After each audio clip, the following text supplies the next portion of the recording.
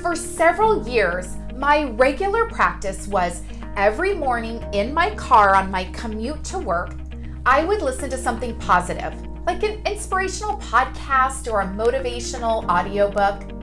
And then on my way home from work, I would call my mom. She's my grounding force. And it was such a great way to bookend my workday. Kick it off with this positive energy, positive momentum, and then make sure that I got all of my frustrations out before I transitioned into my house. But I've learned that you should not be 100% positive 100% of the time. There are some major cautions, like I am throwing up the caution tape at you. Warning signs are flashing that you should not be walking around trying to be positive all the time. And for those who are really close to me in my life, they know I'm positive, I'm optimistic majority of the time. But there are absolutely some pitfalls if you're trying to do it all of the time. First off, when you have a really big decision to make, too much positivity can actually cloud your judgment.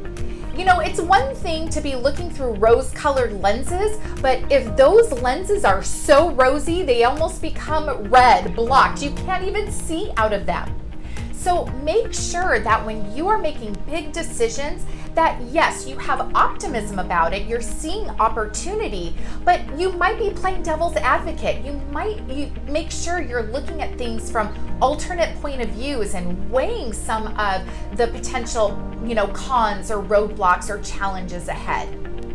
And then, especially during this time, I caution you trying to be positive all of the time, that you absolutely are going to be having feelings of anger, of frustration, of anxiety.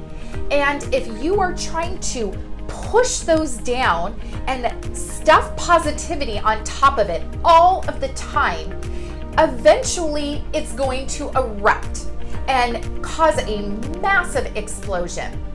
Instead of trying to push all of it down all of the time and cover it up with all of the positivity, give yourself some sort of release valve.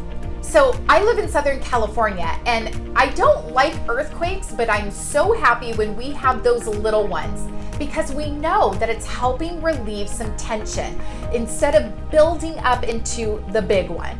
And it's the same way with our emotions. So find a healthy way for you to have that release valve. Instead of saying, I'm just going to be positive 100% of the time and pretend that these emotions don't exist. That could be journaling. It could be like me, calling my mom. So make sure that you aren't trying to walk through life saying, I need to be positive all of the time. Absolutely not. I want you to be optimistic. I want you to see opportunities, but find healthy ways to deal with any of the negativity in your life that we all experience. I'm here to help you live that successful and fulfilling personal life. Until next time.